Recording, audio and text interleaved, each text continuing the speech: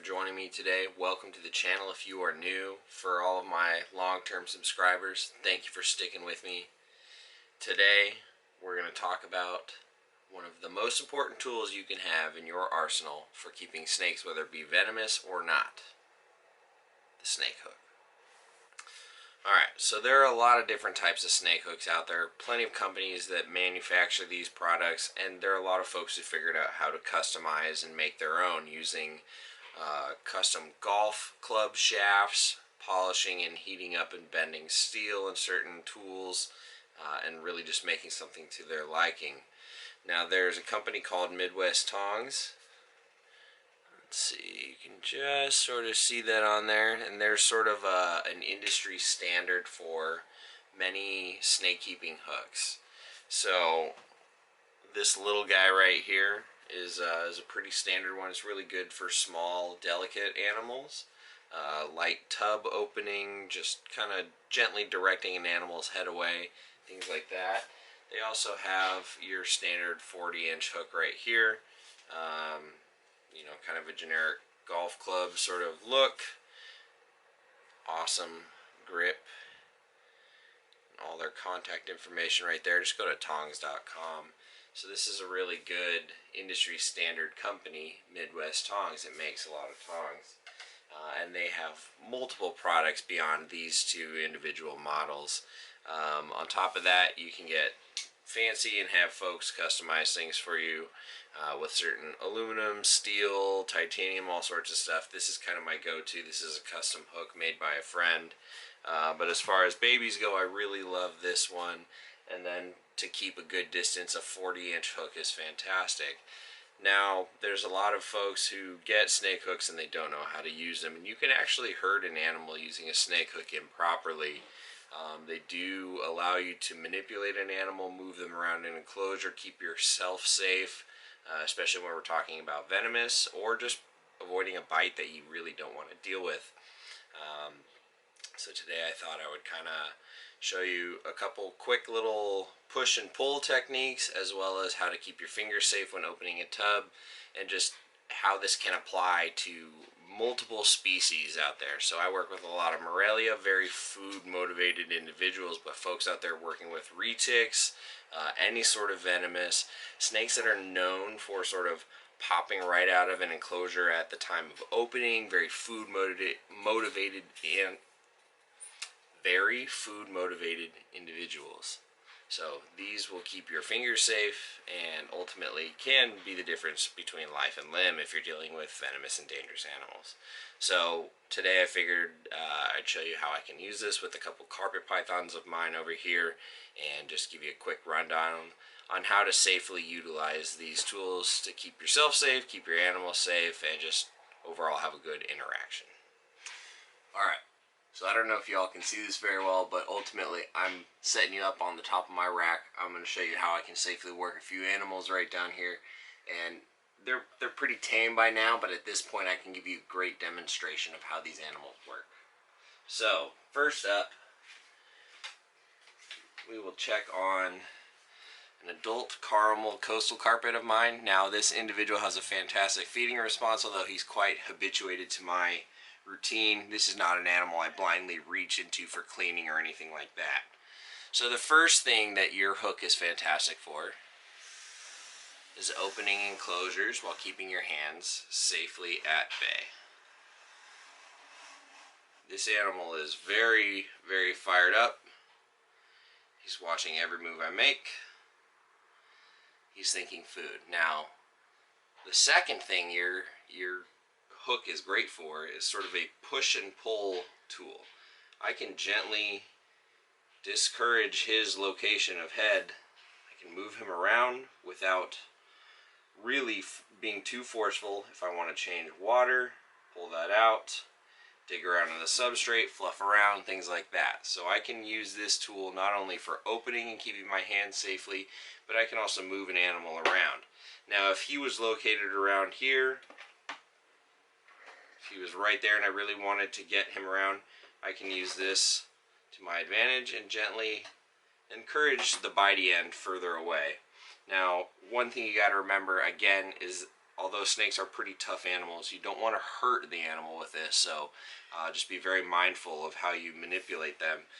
Generally, you can put a hook underneath a section of the animal to really move them and guide them in such a way where they sort of voluntarily leave where your bite zone could be, as far as where your hands are. If you need to get in here and clean, spot clean, change waters, or if you just have an animal that gets very, very excited at the time of opening of an enclosure, so you can really use this as a guiding tool.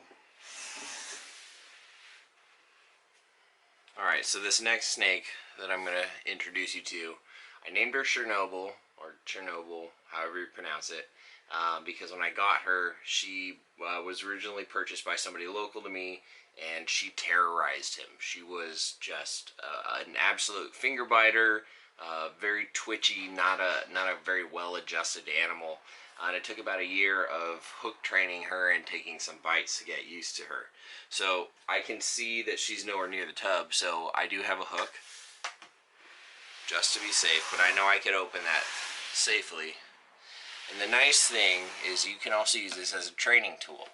So aside from moving furniture around, opening tubs, guiding heads around, you can reduce the stress of an animal who is a high stress animal. When stimuli combine, you can get them used to being touched.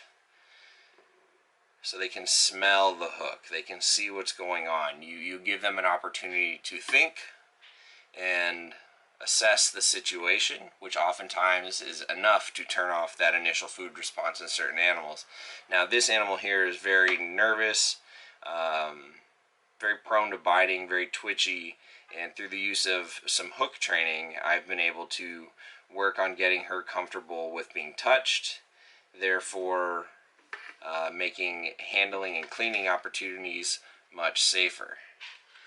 You can use a hook to lift up hides. Now she did take a little strike there, but my hand was far enough away by virtue of the hook, so there's another advantage. You can keep your hands just out of strike range while you're getting an animal used to it. If your animal has an ailment on its body, you can really manipulate them as gently as possible in order to see a certain part of their body. Again, you have that push and pull technique here, so you can really use these tools to your advantage.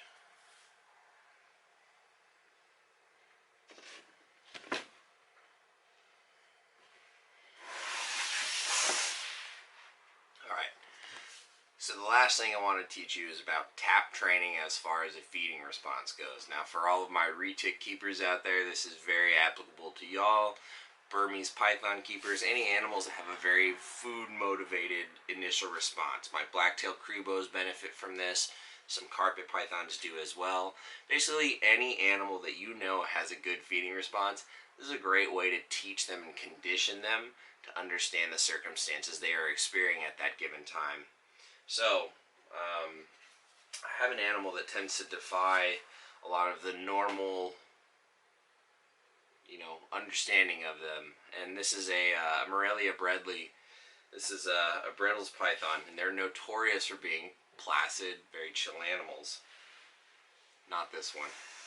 This animal likes to bite first and ask questions later. So today he's being very good. He's kind of just sitting here, but oftentimes even the most routine of water changes leave me leaking and bleeding. And this animal usually gives me a full bite response, a full bite and wrap. Now, that's usually if I think I'm going to outsmart him or be quicker, or he's not paying attention and I make a mistake. If I want to be extra safe about it, I go in here and just gently touch him with the hook. It's usually on the head, and it's just a real gentle form of communication. And doing something like this, and it gets him thinking about something other than food, and what you've got is an animal that is now actively engaged in your interaction and isn't just default reacting by instinct as if food is present. So this is a great way to keep your animal thinking, mentally stimulated, keep your fingers from bleeding, and just develop a really good level of trust between your snake. This animal can be handled once out, and I usually start with a hook with this individual for that reason, and we're able to build a lot of trust and progress. So once I have touched this animal with a hook,